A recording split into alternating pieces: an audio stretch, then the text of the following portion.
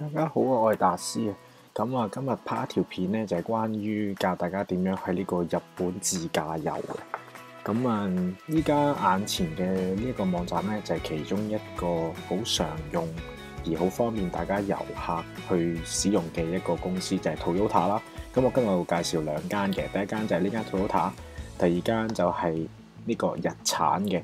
咁點解會選擇呢兩間比較大型少少嘅呢？原因係佢哋兩個本身係日本一個好大型嘅日本汽車商啦。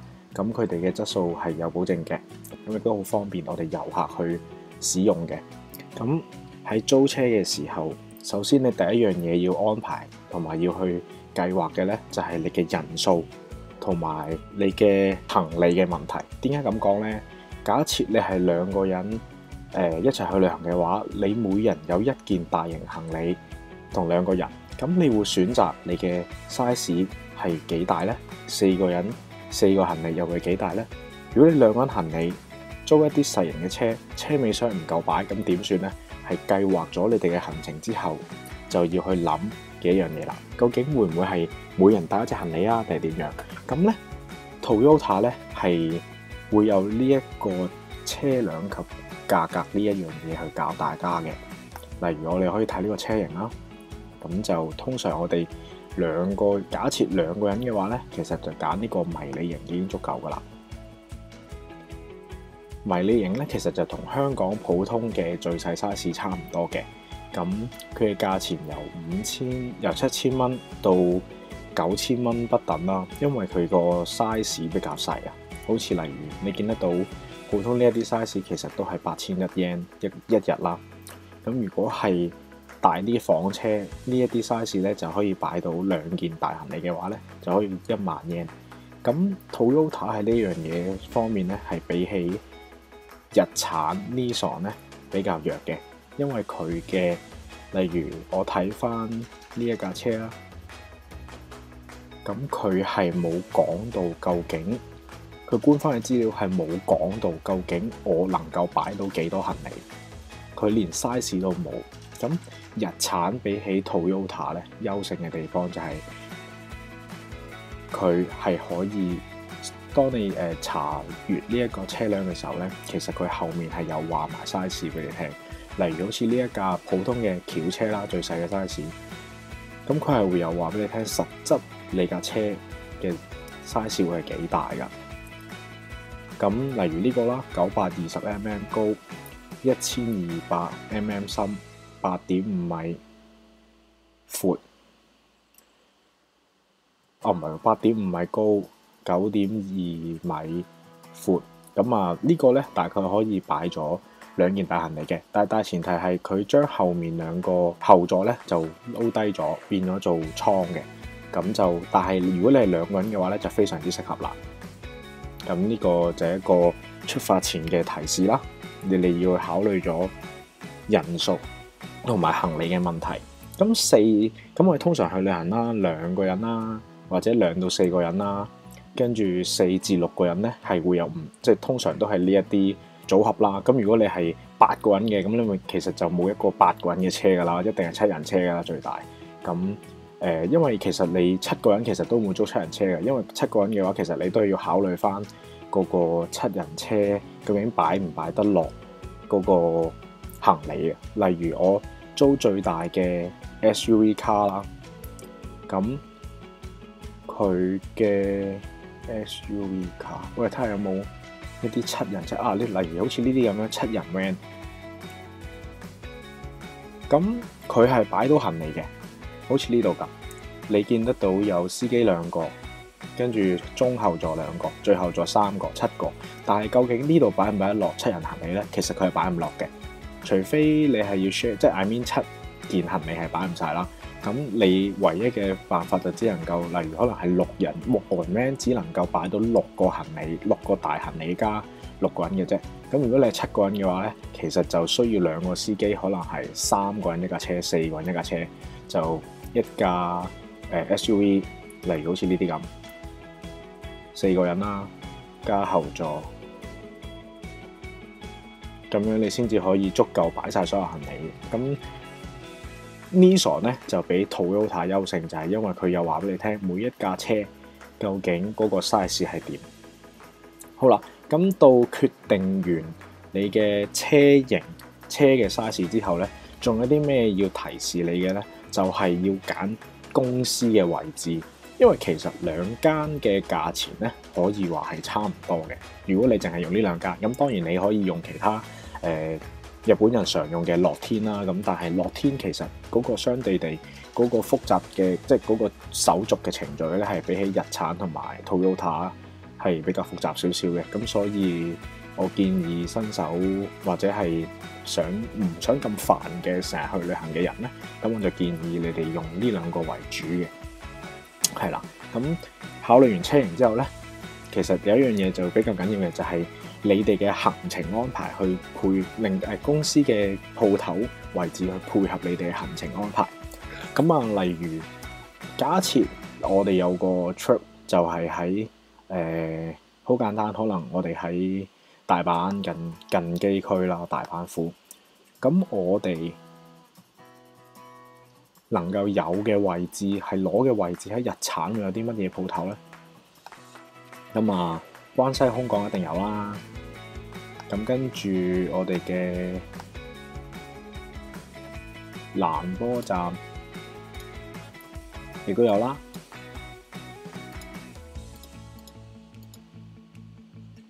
咁啊，呢啲大站位就一定有噶啦。咁但係問題就係，如果你唔係一落機即刻租車，咁你就要諗下究竟城市內嘅鋪頭究竟邊一個位置啱你去 pick up 啦。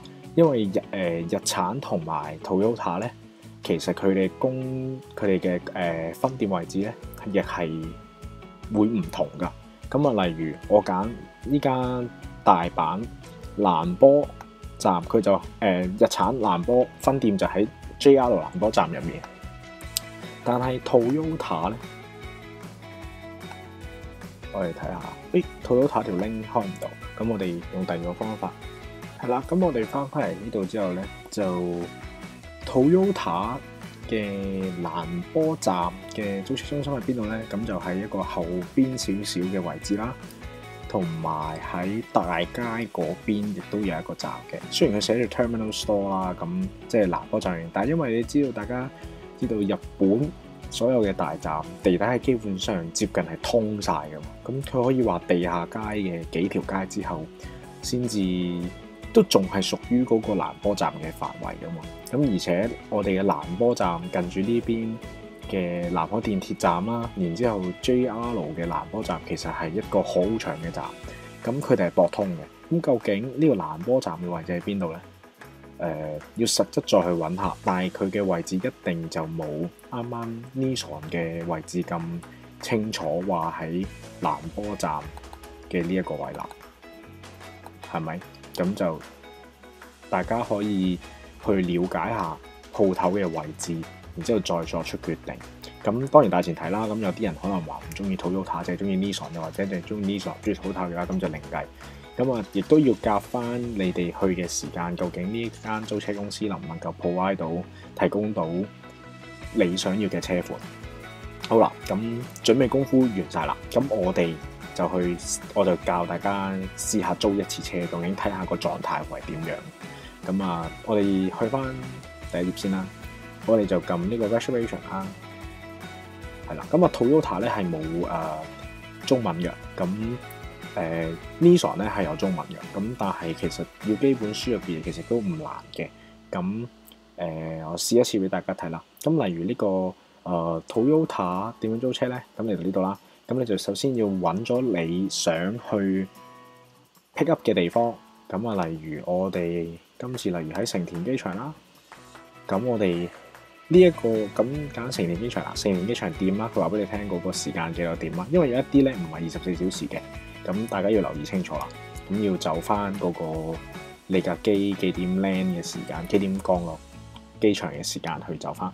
咁咧呢一個 return 咁就係還車嘅時間。咁咧如果你係要喺唔係相同嘅一個還車位置還嘅話，你就需要喺呢度 mark 噶啦。因為有陣時點解俾呢個項目俾大家玩咧？因為其實好多時有啲人係喺市內揸車，即係攞車去到郊區，然之後再揸翻車去成田機場咁樣嘅。例如可能你喺新宿攞車，然之後你要去雙間，你要去河口湖，然之後玩幾日之後先至再翻成田機場嘅。咁你就要喺呢啲位置度揀唔同嘅位置還車啦。例如我喺羽田機場還車咁樣，咁其實就已經揀完機換啦。咁當你要我個 trip 係當14號情人節去到18號，同樣租咁多日啦，咁就咁樣揀就得啦。跟住就唔要吸煙，咁啊因為日本人食煙好勁嘅。如果你揀個吸煙車嘅話，其實架車係有異味嘅。咁如果你真係食煙嘅話，咁就要揀食煙車啦。咁但係盡量都唔好揀食煙車，因為食煙車佢哋嘅味真係幾有犀利嘅。例如我揀 compact 啦，即係2人車，咁就撳呢個 reservation， 係啦。咁佢就會叫你 confirm 嘅，confirm 翻啲日子時間啦，跟住你就要再揀翻呢啲啦。係啦，咁咧我揀 compact，咁佢亦都有3個細嘅分別俾我揀嘅，有 P0、P1 同 P2 嘅。咁分別其實係個 size 亦都爭少少，亦都款啦。咁你見到呢啲係好得意嘅 Q 啲嘅女性啲嘅車啦。咁其實如果你再想去細比較嘅話，其實你可以 search 翻佢呢個嘅車嘅型號去了解多少少。咁但係其實當佢兩個價錢差唔多嘅時候，通常都會揀大少少嘅呢一架。咁我揀 P1 啦，跟住咧其實你就打翻一啲你嘅個人資料就得㗎啦。咁但係如果你話我個 trip 中間先至去租車嘅，咁使唔使打呢啲嘢嘅咧？其實都盡量都需要打嘅，因為佢 make sure 你係遊客係有嚟到咁樣嘅。但係其實我經過上次租車，其實佢呢啲資料其實係冇用嘅，咁就 optional 咯，即係選擇性啦，你可以打可以唔打啦，係啦。咁啊，如果你有小朋友嘅話咧，就要需要安排 BB 車啦。咁如果冇嘅話，呢一度就可以 pass 噶啦。跟住呢一個係講緊個 GPS， 即係佢嗰個一定 GPS 嘅架車入面嗰個嘅操作系統，你要揀乜嘢啦？咁佢有日文啦、英文啦、中文、韓國嘅，咁揀啲中文啦。因為入面其實你揀咗邊個都好，其實你去到你可以要求嗰個負責人去幫你轉翻嘅，係啦。咁就繼續啦。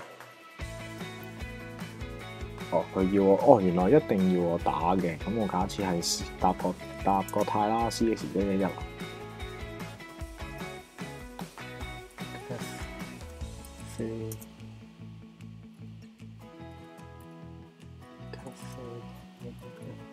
咁樣啦，假設啦，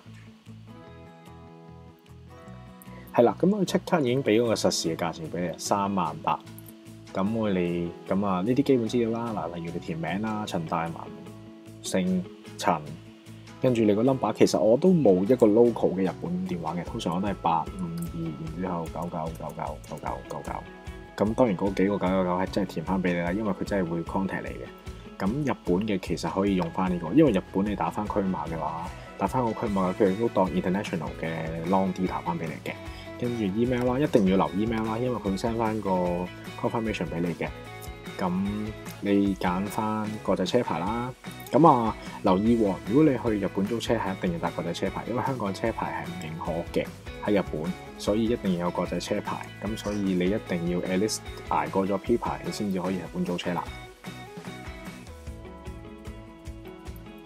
咁啊，呢一啲咧其實就一啲 discount 啦。咁其實如果你係識日文，亦都有時或者唔識日文，但係你有時間去了解翻嘅話，其實你申請一個日本嘅帳號，然之後開佢哋嘅一張卡咧，其實仲有多啲 discount 嘅。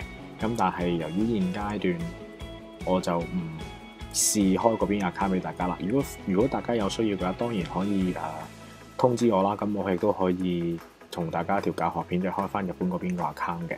咁因為其實我本身個人係唔係太識日文嘅都，但係其實要申請其實就唔係太難，但係有啲煩係啦。咁假設當我打晒呢啲嘢之後咧，其實就會去到 confirm 頁面噶啦。咁其實就差唔多完成噶啦。咁我哋留意嘅就係 Toyota 租幾日啊？租14至18號就38,000 DMP Cars。咁我哋試下日產究竟係幾錢啊？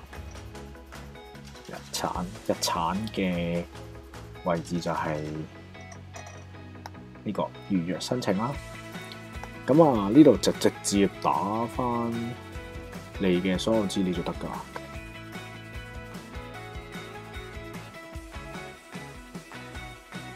如果係 Peter 嘅使用 Peter111嘅 email 嘅使用者，唔好意思啦，我要試一次俾大家睇。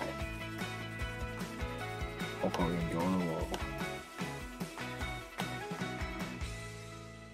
喎。咁啊，唔係好得，但係咧，其實入咗呢個頁面之後咧，其實就咁啊，佢叫我真係 book 一次，咁啊，我亦都唔想阻礙咗日產嗰邊嘅返工嘅同事啦，返工嘅人啦，咁我亦都無謂喺度作出一個假嘅 booking 啦，咁我就試唔到價錢俾大家。但係其實價錢，如果我哋計翻啱啱嗰個嘅話咧，其實就我哋揀翻 P 卡啦 ，P1 係啊，唔好意思。嗱，我哋 P1 7300 yen， 咁我哋嗰度係3日半嘅7300 yen 3日半，即係7300 3日半。其實咧就係25000 yen， 咁啊，另外仲有啲可能稅啊、各樣嘅噼里啪啦嗰啲，其實咧價錢就會平過 Toyota 嘅。咁冇錯，咁我以我過往嘅經驗咧，日產係平 Toyota 少少嘅。呢個我唔知點解啦。咁所以大前我平時如果自己去開旅行，其實我都會租日產嘅，之後先至日產冇車嘅話，其實先至會考慮翻 Toyota 咯。咁如果 Toyota 點解會揀呢？就係因為有陣時佢推出一啲好平嘅特價，因為其實 Toyota 咧其實佢同我上次喺另外一條片同大家講嘅美國嘅 Hertz 咧係一個 partnership 嘅公司嚟嘅。咁佢有陣時你揸 Hertz 嘅 membership 咧係會有折嘅。咁亦都你申請 Hertz 嘅 membership 其實就唔使錢啦。咁亦都唔難嘅。咁所以呢個時間就使用 Toyota 啦。咁啊教學嚟到呢一度，咁如果大家有啲咩需要咧，可以再另外問翻我啦，咁亦都會解釋翻俾大家聽嘅。咁我應該另外會再拍多條片話俾你聽，實質去到當地究竟點樣去同一個英文唔叻嘅日本人員同去租一個車，而你又安心，有啲咩要提醒大家嘅，我會喺下條片再同大家講。咁就嚟到呢度先，咁就中意嘅就俾個 like。亦都 share 俾你嘅朋友知道啦。咁因為租車係一個有用嘅資訊嚟嘅。咁因為自駕遊喺日本係好玩嘅。咁啱啱喺呢個一兩個月咧，咁亦都有慶幸啦，有個機會可以去多一次日本自駕遊。